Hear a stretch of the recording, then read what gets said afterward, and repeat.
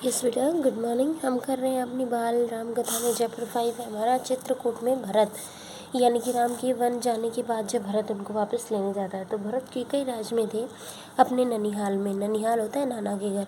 अयोध्या की घटनाओं से सर्वथा अनभिज, यानी कि अयोध्या में अनभिज होता है जो नहीं जानते अयोध्या में क्या हुआ वो इस बारे में नहीं जानते थे, लेकिन वे चिंतित थे। उन्होंने एक सपना देखा था परंतु उसका अर्थ पूरी तरह समझ नहीं पा रहे थे। संगी साथियों के साथ बातचीत में उन्होंने कहा कि मैं नहीं जानता कि उसका क्या अर्थ है, पर सपने में मुझे डर लगने लगा। मैंने देखा कि समुद्र सूख गया, चंद्रमा धरती पर गिर पड़े, वृक्ष सूख गए। यानी कि भरत ने इस तरह का एक सपना देखा था जब वो अपने नाना के यहाँ थे। तो जिस समय भरत मित्रों को अपना सपना सुना रहे थे, ठीक उसी समय अयोध्या से घुड़सवार दूत पहुँचे। घुड़सवारों ने छोटा रास्ता चुना था और जल्दी पहुँचने के लिए भरत को संदेश मिला कि वे जल्दी ही अयोध्या लौटने के लिए तैयार हो जाएं। ननिहाल में भरत का मन नहीं लग रहा था, उचट गया था। वे अयोध्या पहुंचने को उतावले थे, व्याकुल थे। कैकई राज ने भरत को विदा किया और 100 रथों और सेना के साथ उन्होंने घुड़सवारों से अधिक समय लगा। लंबा रास्ता पकड़ना पड़ा। सेना और रथ खेतों से होकर नहीं जा सकते थे। वे 8 दिन बाद अयोध्या पहुंचे, नदी पर्वत लांघते हुए, थके हुए और चिंतित। भरत ने अयोध्या नगरी को दूर से देखा। नगर उन्हें सामान्य नहीं लगा, बदला बदला सा लगा। अनिष्ट की आशंका लगी, यानी कि वो वहाँ की हालात को देखकर समझ गए कि कोई ना कोई बात है। तो वो क्या सोचते हैं कि ये मेरी अयोध्या नहीं है, ये क्या हो गया। उन्होंने पूछा। सड़कें सूनी हैं, बाग बगीचे उदास हैं, सब लोग कहाँ गए। वह तुलुम नाद कहाँ है, यानी कि जो शोर शराबा था वो कहाँ है। पक्षी भी कलरव होता है, आवाज़ नहीं कर रहे थे। इतनी चुप्पी क्यों। किसी ने भरत के प्रश्नों का उत्तर नहीं दिया। नगर पहुंचते ही भरत सीधे राज बन गए और महाराजा दशरथ के प्रासाद होता है बेटा महल की ओर। महाराज वहाँ नहीं थे। फिर वे कैकई के महल की तरफ बढ़े और माँ ने आगे बढ़कर पुत्र को गले लगा लिया, परंतु भरत की आंखें पिता को ढूंढ रही थी। उन्होंने माँ से पूछा कि पुत्र, तुम्हारे पिता चले गए यानी कि वो मर गए हैं वहाँ जहाँ एक दिन हम सबको जाना है, उनका निधन हो गया है। भरत ये सुनते ही शोक में डूब गए। शोक यानी कि चिंता में डूब गए, पछाड़ खाकर गिर गए, बेहोश हो गए, रोने लगे। और माँ कैकई ने उन्हें उठाया, ढाढ़स बताया। ढाढ़स होता है धीरज बनाना। कहा, उठो पुत्र, यशस्वी कुमार शोक नहीं करते। तुम्हारा इस प्रकार दुखी होना उचित नहीं है, राजगुणों के विरुद्ध है। अपने आप को संभालो। क्या से क्या हो गया। भरत यह मानकर चल रहे थे कि पिता राज्याभिषेक की तैयारियों में व्यस्त होंगे और सब कुछ उल्टा हो गया। उन्होंने मेरे लिए कोई संदेश दिया। भरत ने माँ से पूछा। नहीं। अंतिम समय में उनके मुँह से केवल 3 शब्द निकले थे, हे राम, हे सीते, हे लक्ष्मण। तुम्हारे लिए कुछ नहीं कहा। भरत व्याकुल थे, चिंतित थे, विकलता बढ़ती जा रही थी। वह तुरंत राम के पास जाना चाहते थे। महाराजा ने उन्हें वनवास दे दिया है और 14 वर्ष के लिए सीता और लक्ष्मण भी राम के साथ गए हैं। कैकई ने भरत का मन पढ़ते हुए कहा, यानी कि कैकई जानती थी कि वो राम से मिलना चाहते, इसलिए उन्होंने ये सब उसे बता दिया। वह जानती थी कि भरत यहाँ से सीधे राम के पास ही जाएंगे, परंतु वनवास क्यों। भाई राम ने कोई अपराध किया क्या। राम ने कोई अपराध नहीं किया। महाराज ने उन्हें दंड भी नहीं दिया। इसके लिए मैंने महाराजा दशरथ से प्रार्थना की थी। मुझे तुम्हारे हित में यही ठीक लगा। मैं तुम्हारा हित यानी कि मैं तुम्हारे लिए अच्छा चाहती थी। तो कैकई ने कहा। वरदान की पूरी कथा सुनाते हुए उन्होंने कहा कि उठो पुत्र, राजगद्दी संभालो और अयोध्या का निष्कंटक राज्य, यानी कि अयोध्या का ये जो राज्य है वो अब तुम्हारा है। भरत अपना क्रोध रोक नहीं सके और चीख पड़े, यह तुमने क्या किया माते। ऐसा घोर अनर्थ, इतना अपराध। तुम अपराधी नहीं हो। वन तो तुम्हें जाना चाहिए था, राम को नहीं। और मेरे लिए ये राज्य अर्थहीन है, यानी कि मैं इस राज्य को अपना नहीं मानता हूँ। मैं इसका कुछ नहीं कर सकता। पिता को खोकर, भाई से बिछड़कर नहीं चाहिए मुझे ऐसा राज्य। इसी बीच मंत्रीगण और सभासद भी वहाँ गए। भरत बोलते रहे, तुमने पाप किया है माते। इतना साहस कहाँ से आया तुम में। किसने तुम्हारी बुद्धि को भ्रष्ट कर दिया, उल्टा पाठ पढ़ा दिया। यह अपराध अक्षम्य है। अक्षम्य होता है जो माफ़ नहीं किया जा सकता। मैं राजपद नहीं ग्रहण करूँगा। तुमने ऐसा सोचा भी कैसे। सभासदों के मुड़ते हुए भरत ने हाथ जोड़कर कहा कि आप सब भी सुन ले। मेरी माँ ने जो किया है उसमें मेरा कोई हाथ नहीं, और मैं राम की सौगंध खाकर कहता हूँ कि मैं राम के पास जाऊँगा, उन्हें मना लाऊंगा और प्रार्थना करूँगा कि वे गद्दी संभालें। मैं दास बनकर रहूँगा। भरत बहुत उत्तेजित हुए, क्रोधित हुए। बोलते बोलते उनकी सांसें उखड़ने लगी और वे चकराकर धरती पर गिर गए। शुद्ध बुद्ध लौटी तो शुद्ध बुद्ध यानी कि उन्हें होश आया तो भरत रानी कौशल्या के महल की तरफ बढ़े। उनसे लिपट कर बच्चों की तरह बिलख कर रोने लगे, उनके चरणों में गिर गए। कौशल्या आहत थी, दुखी थी। उन्होंने कहा कि पुत्र, तुम्हारी मनोकामना पूरी हुई। तुम जो चाहते थे हो गया। राम अब जंगल में है। अयोध्या का राज्य अब तुम्हारा है। मुझे बस एक दुख है कि कैकेयी ने राज्य लेने का जो तरीका अपनाया वो गलत था। तुम राज करो पुत्र, पर मुझ पर एक दया करो, मुझे मेरे राम के पास भिजवा दो। भरत ने रानी कौशल्या से क्षमा मांगी, सफाई दी, रानी कैकेयी के व्यवहार पर गलानी यानी कि दुख भी व्यक्त किया और कहा कि राम मेरे प्रिय अग्रज हैं। अग्रज होता है बड़ा भाई। मैं उनकी बुराई कभी सोच भी नहीं सकता। मैंने कोई अपराध नहीं किया।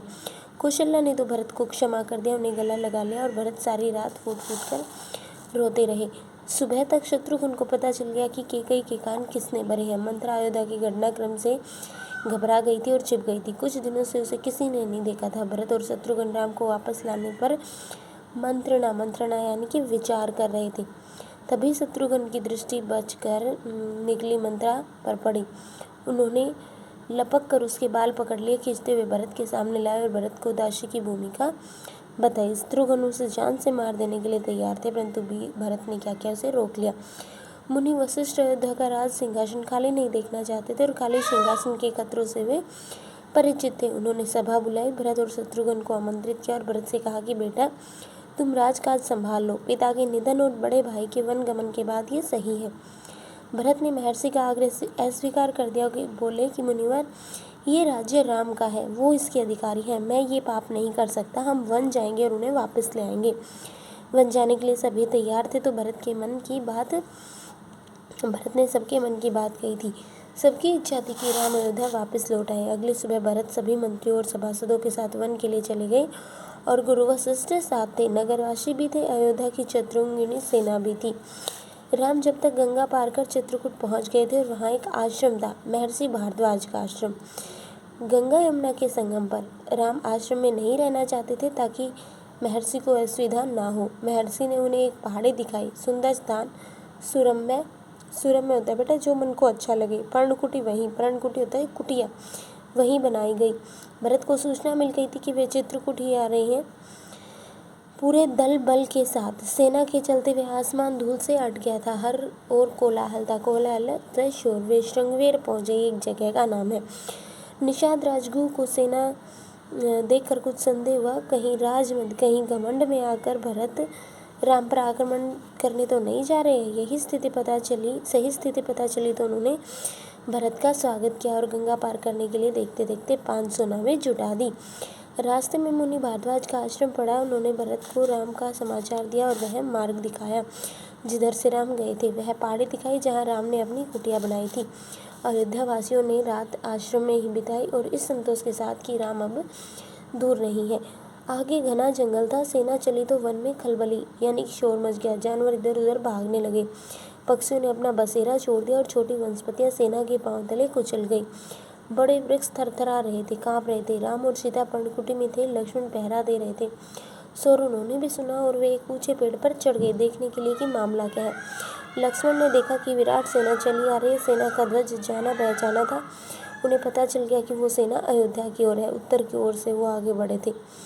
लक्ष्मण ने पेड़ से ही चीख कर कहा कि भरत भैया सेना के साथ इधर आ रहे हैं। लगता है वे हमें मार डालना चाहते हैं ताकि एक क्षत्रिय राज कर सके, यानी कि बिना किसी डर के वो राज्य कर सके। रामकुटी से बाहर आए। उन्होंने लक्ष्मण को समझाया कि भरत हम पर हमला नहीं करेगा, कभी नहीं करेगा। वह हम लोगों से मिलने आ रहा है। राम ने कहा, भेंट के लिए सेना के साथ आने का क्या मतलब है? उचित यानी कि मतलब, दो भाइयों के मिलन में सेना का क्या काम? लक्ष्मण आश्वस्त नहीं थे।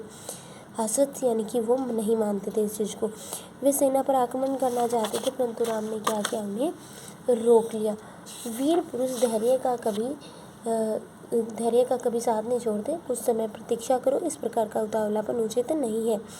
भरत ने सेना पहाड़ी के नीचे रोक दी। नगरवासियों से भी वहीं ठहरने को कहा और कोलाहल थम गया। उसकी जगह पुनः वन की नैसर्गिक शांति ने ले लिया, यानी कि वहाँ पर फिर से चुप्पी हो गई। भरत ने पहाड़ों को प्रणाम किया। शत्रुघ्न को साथ लेकर नंगे पाँव पर चढ़े और पाँव की जो गति थी, चाल थी, वो अचानक बढ़ गई भाई से मिलने के लिए। पहाड़ी पर दूर से उन्हें एक छवि दिखाई दी। वो राम थे, शिला पर बैठे हुए थे। पास ही सीता और लक्ष्मण बैठे थे। भरत दौड़ पड़े, राम के चरणों में गिर पड़े और उनके मुंह से एक ही शब्द भी नहीं निकला। शत्रुघ्न ने भी राम की चरण वंदना की, बोले कुछ भी नहीं। उन्होंने दोनों को उठाकर सीने से लगा लिया और सबकी आंखों में आंसू थे। भरत साहस नहीं जुटा पा रहे थे कि बड़े भाई को इसकी सूचना दे कि उनके पिता नहीं रहे। ये बहुत बुरा समाचार था भ्राता, बहुत कठिनाई से उन्होंने कहा। पिता दशरथ नहीं रहे। आपके आने के छठे दिन दुख में उन्होंने अपने प्राण त्याग दिए और इस तरह सब दुखी हो गए। राम को पता चला कि भरत के साथ केवल सेना नहीं आई है, नगरवासी भी आए हैं, गुरुजन है, माता है, कैकई भी है। तो राम लक्ष्मण पहाड़ी से उतरकर उनसे भेंट करने आए। सब प्यार से मिले। सीता को तपस्विनी के वेश में देखकर माताएं दुखी हुई। राम ने कैकई को प्रणाम किया, बिल्कुल आराम से।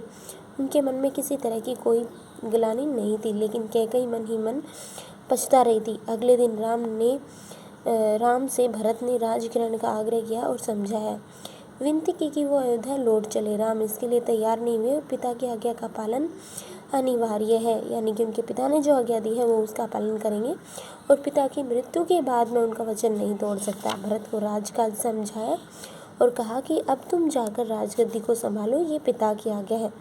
भरत और राम की इस प्रकार की बातचीत, संवाद होता है बेटा बातचीत, संवाद के समय मंत्री और सभासद वहाँ उपस्थित थे। मुनि वशिष्ठ भी थे। भरत बार बार राम से लौटने का आग्रह कर रहे थे और राम हर बार पूरी विनम्रता और दृढ़ता के साथ इसे मना कर रहे थे। तो महर्षि वशिष्ठ ने कहा कि राम, रघुकुल की परंपरा में राजा ज्येष्ठ पुत्र ही होता है। तुम अयोध्या लौटकर अपना दायित्व निभाओ, इसी में कुल का मान है।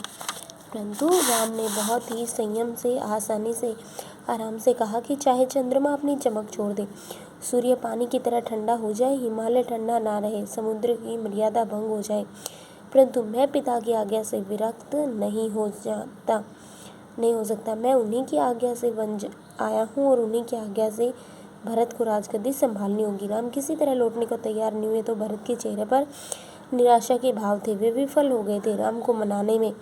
आप नहीं लौटेंगे तो मैं खाली हाथ नहीं जाऊंगा। आप मुझे अपनी खड़ाऊ दे दें तो मैं 14 वर्ष उसी की आज्ञा से राजकाज चलाऊंगा। भरत का ये आग्रह राम ने स्वीकार किया और अपनी खड़ाऊ ने दे दी। भरत ने खड़ाऊ को माथे से लगाया और कहा कि 14 वर्ष तक अयोध्या पर इन चरण पादुकाओं का शासन रहेगा।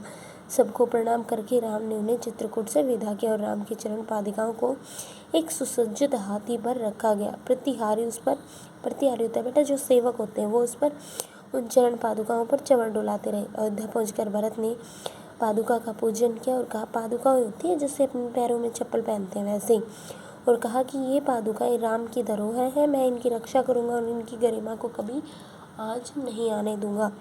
भरत अयोध्या में कभी नहीं रुके, तपस्वी के वस्त्र पहने और नंदीग्राम चले जाते इसमें उन्होंने कहा था कि मेरी अब केवल एक इच्छा है, इन पादिकाओं को उन चरणों में देखूं जहां इन्हें होना चाहिए। मैं राम के लौटने की प्रतीक्षा करूंगा 14 वर्ष तक। ओके।